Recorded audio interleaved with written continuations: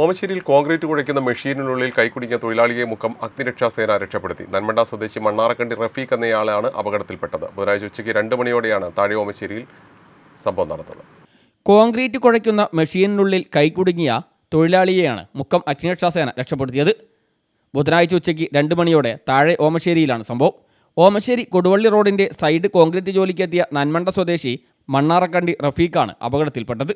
ഉച്ചഭക്ഷണത്തിനായി ജോലി നിർത്തി മെഷീൻ വൃത്തിയാക്കുന്നതിനിടെ മിക്സർ മെഷീൻ്റെ റൊട്ടേറ്റിംഗ് വീലിൻ്റെ പൽചക്രത്തിനുള്ളിലേക്ക് കൈപ്പത്തി കുടുങ്ങിപ്പോവുകയായിരുന്നു. ഓടിക്കൂടിയ നാട്ടുകാർ രക്ഷപ്പെടുത്താൻ ശ്രമിച്ചെങ്കിലും സാധിക്കാതെ വന്നതോടെ മുക്കം ഫയർഫോഴ്സിന് വിവരമറിയിക്കുകയായിരുന്നു. സ്റ്റേഷൻ ഓഫീസർ എം അബ്ദുൽ ഗഫൂറിന്റെ നേതൃത്വത്തിൽ സ്ഥലത്തെത്തിയ അഗ്നിരക്ഷാസേന ഹൈഡ്രോളിക് സ്പ്രെഡർ ഉപയോഗിച്ച് രക്ഷപ്പെടുത്തുകയും ചെയ്തു. Senior fire officer N Rajesh, സേനാംഗങ്ങളായ MC Sajith Lal, K Abhinesh, GR Ajesh, MK Ajin, N Shineesh, Anu Mathew, Shyam Kurian, Jolly Philip, KS Vijayakumar തുടങ്ങിയവർ രക്ഷാപ്രവർത്തനത്തിൽ പങ്കാളികളായി. ഓമശ്ശേരിയിലെ സ്വകാര്യ ഹോസ്പിറ്റലിലെത്തിച്ച തൊഴിലാളിയെ വിദഗ്ധ ചികിത്സയ്ക്കായി കോഴിക്കോട്ടെ സ്വകാര്യ ആശുപത്രിയിലേക്ക് മാറ്റി. News bureau, Omassery.